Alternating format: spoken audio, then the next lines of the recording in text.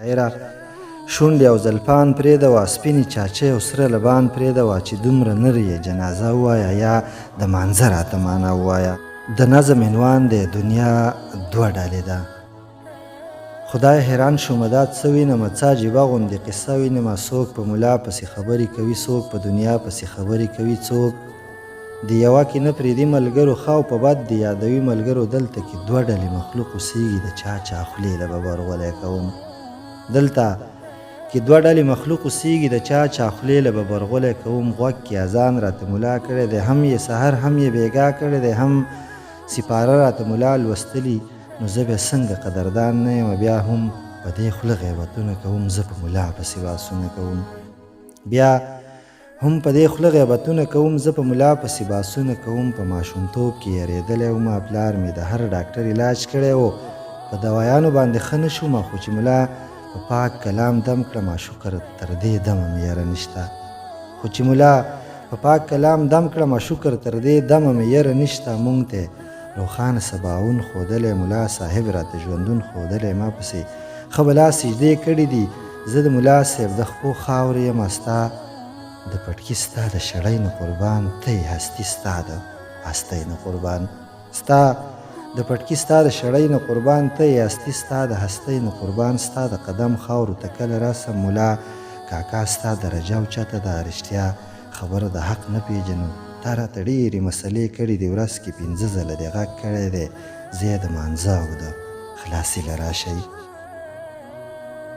ورځ کې 5 ځله دې غږ کړی دی، زه یې د مانځه او د خلاصي له راشئ. د مونږ نه پس دې پویه کړي یو، مونږ په سمه لار دې روان کړي یو. مونږ خو مونږ د بار هغه کاږه لرګي یو، په ګګه ځو مونږ په سمه نه ځو.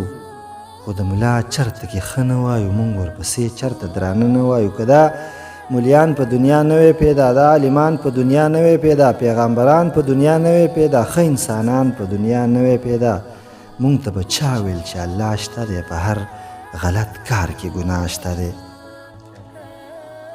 مونږ ته به چا ویل چې الله شته دی، په هر غلط کار کې ګناه شته دی. نن چې بچی الله مني، د دغه خلکو برکت دی. روره شاعره شونډې او زلفان پرېږدوه، سپینې چاچۍ او سره لبان پرېږدوه، چې دومره نر یې جنازه ووایه یا د مانځه راته معنا ووایه. راته په شمار 6 کلمې ووایه، زه به دې ومنم چې ته صحیح مړ علي په اوبې نه نه خبر. چغې وباسي چې ملا ښه نه دی، ستاسو ذهنونو باندې تور پورې دي، ستاسو په زړونو باندې تور پورې دي. ځکه د حق خبره نه کوې ته، د عبادت خبره نه کوې ته، خو بس لګیا یې په تاسه ستایې ته، پکې خودکشه دماکه ستایې ته. الله دې خوار که ملایان وستایه، دغه زمونږ عالمان وستایه. خپلو تور سرو له حیا وغواړه، شاعره ته ورله دعا وغواړه. د جنکو صفت چې نور ونه کړي، د خاپیرو صفت چې نور ونه کړي، هره تور سرې لکه خور وګڼه، هم هره مشره لکه مور وګڼه. دنیا دوه ډلې ده، د ښې ډلې څوک ښه نه وایي. چې څوک غلط کار کړي نو ټول ورباندې فخر کوي. په دې خبرو باندې ځان مشهور نه غواړمه. مشهور یو ذات دی چې نوم یې پاک سبحان یادېږي. مړه په څه او زه به څنګه تکبر وکړمه، دومره بېوسه یم، زما خپله کوټه نشته دی. امیر سالار د عالمانو قربان، امیر سالار د عالمانو قربان. په منبر ناس مې د مولیانو قربان، په منبر ناس مې د مولیانو قربان، په منبر ناس مې د